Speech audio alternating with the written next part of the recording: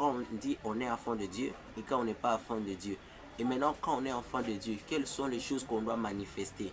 Parce que quand on est enfant de Dieu, on ne marche plus selon la chair, on marche maintenant selon l'Esprit Saint. Maintenant, quand on dit qu'on est enfant de Dieu, on est en possession du Saint-Esprit. Quelles sont les choses que nous devons poser? L'idolâtrie, par exemple. L'idolâtrie, c'est le fait d'adorer les dieux. Vous savez, euh, quand les enfants d'Israël ont commencé à vivre à une période, on peut bien comprendre ça, ou voir de cette manière, il y avait des petits dieux qui étaient autour d'eux. En fait, c'est ce qui a fait même quand Moïse était parti dans la montagne. Et puis, à son retour, il trouve que les enfants d'Israël ont commencé, ont fabriqué un veau. Bonjour et bienvenue sur les Disciples TV. Aujourd'hui encore, nous allons partager ensemble la parole de Dieu ensemble avec vous. Mais aujourd'hui, nous allons pouvoir faire comme une sorte de méditation au sujet des passages bibliques qui parlent des choses très importantes. Alors, nous allons lire ensemble le livre des Galates, chapitre 5, du 18e au 22e verset, et nous allons lire ensemble. Il dit, si vous êtes conduit par l'Esprit, vous n'êtes point sous la loi. Or, les œuvres de la chair sont manifestes.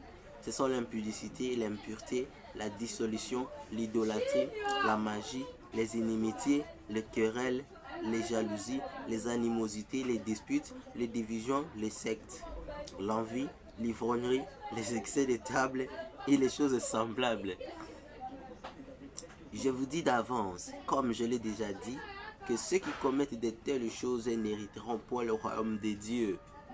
Mais le fruit de l'esprit, c'est l'amour, la joie, la paix, la patience, la bonté, la bénignité, la fidélité, la douceur, la tempérance. Galates 5, du 18e au 22e verset. Ici, l'apôtre Paul est en train de montrer aux chrétiens des Galates comment ils doivent marcher. Comment ils doivent marcher étant enfants de Dieu. Comment ils doivent faire la différence autour d'eux. Parce que quand on dit qu'on est enfant de Dieu, on sous-entend qu'il y a une vie que nous vivons, une vie que nous menons, qui nous caractérise aux enfants de Dieu. Vous savez, Jésus-Christ pouvait dire qu'il ne suffit pas seulement de dire Jésus, Jésus, mais c'est lui qui est en moi, il met en pratique les œuvres, il met en pratique ma parole plutôt. Alors, ici encore, apôtre Paul est en train de mettre un peu la différence, est en train de poser comme des bases, comme des fondations pour pouvoir faire voir quelle est la différence. Quand vous dites que, quand on dit on est enfant de Dieu et quand on n'est pas enfant de Dieu. Et maintenant, quand on est enfant de Dieu, quelles sont les choses qu'on doit manifester? Parce que quand on est enfant de Dieu, on ne marche plus selon la chair, on marche maintenant selon l'Esprit Saint. Maintenant, quand on dit qu'on est enfant de Dieu, on est en possession du Saint-Esprit. Quelles sont les choses que nous devons poser? Quels sont les actes que nous devons poser? Et maintenant, en faveur de ces actes, on va bien confirmer qu'en toi, il y a le Saint-Esprit. Qu'en toi, il y a le Saint-Esprit. Mais ça ne sera pas possible que quelqu'un puisse vivre dans l'ivrognerie, dans l'idolâtrie, dans toutes ces mauvaises choses que l'apôtre Paul a pu énumérer ici et pouvoir dire qu'on est enfant de Dieu. Enfant de Dieu, c'est celui qui marche selon l'Esprit. Et quand on marche selon l'Esprit de Dieu, alors on doit manifester l'amour autour de soi, on doit manifester la joie autour de soi, on doit manifester la paix autour de soi, on doit manifester la fidélité envers tous. Vous savez, ces choses, quand on dit qu'on a l'Esprit de Dieu et qu'on doit manifester ces choses, on ne manifeste pas ces choses envers Dieu seulement, mais on doit manifester aussi autour de nous, avec ceux qui sont avec nous, ceux qui nous entourent, vous voyez un peu ça. Alors, ça ne sera pas possible que vous pouvez dire que vous avez l'Esprit de Dieu en vous et que vous continuez à vivre dans la chair. Vous continuez à vivre les choses là qui manifestent les œuvres de la chair. Mais quand vous dites que l'Esprit de Dieu habite en vous, c'est que vous devez commencer à manifester les fruits de l'Esprit. Vous voyez?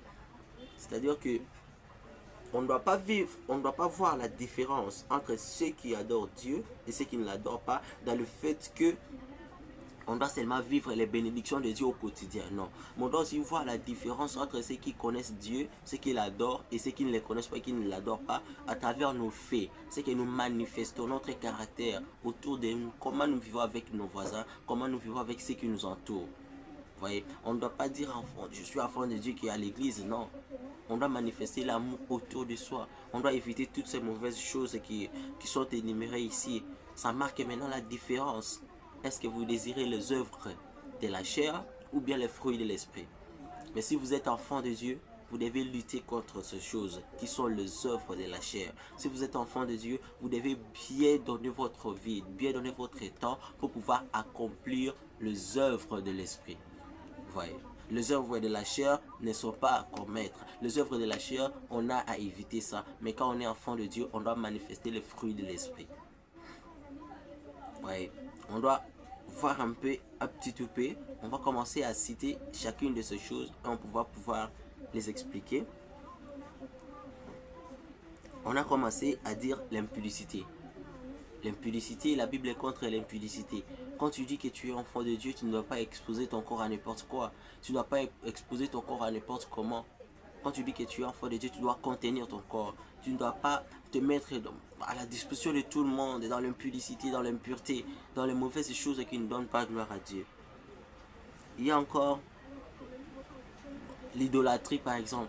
L'idolâtrie, c'est le fait d'adorer les dieux. Vous savez,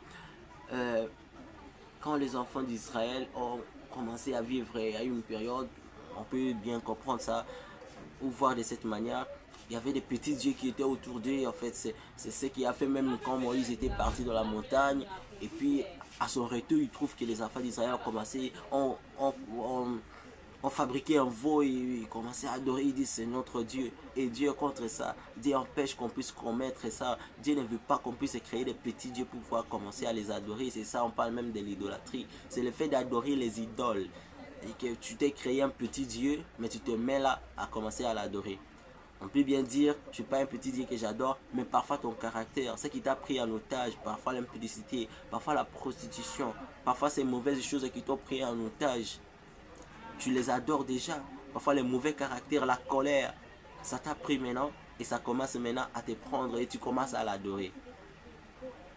Et encore, la magie. La magie, c'est quelque chose qui est contraire à la parole de Dieu. C'est quand vous êtes doté d'une puissance qui n'est pas divine en fait. Une puissance qui ne vient pas de Dieu. Vous savez, je voulais qu'on touche ces deux-là seulement. Je voulais pouvoir voir les fruits de l'esprit. C'est l'amour. Quand on parle de l'amour, on doit manifester l'amour autour de soi, avec nos parents, nos membres familiaux, nos responsables, nos voisins, nos voisines, même ceux-là qui ne nous aiment pas, mais nous, on doit manifester l'amour parce qu'on est enfant de Dieu.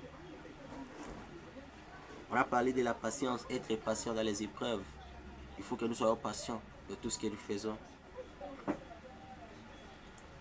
Il y a la fidélité, être fidèle, bien maîtriser, bien respecter son langage, bien respecter ses paroles. Quand tu donnes une parole, tu dois être en mesure de pouvoir bien respecter tes paroles. Alors, pour cette petite émission, c'est sur ce livre de Galates 5, 18 à 22 que je voulais qu'on partage un peu pour qu'on puisse voir au quotidien. Je pense que prochainement, on va entrer un peu à profondeur, mais pour ça, c'est ce que le Seigneur a voulu qu'on partage avec vous.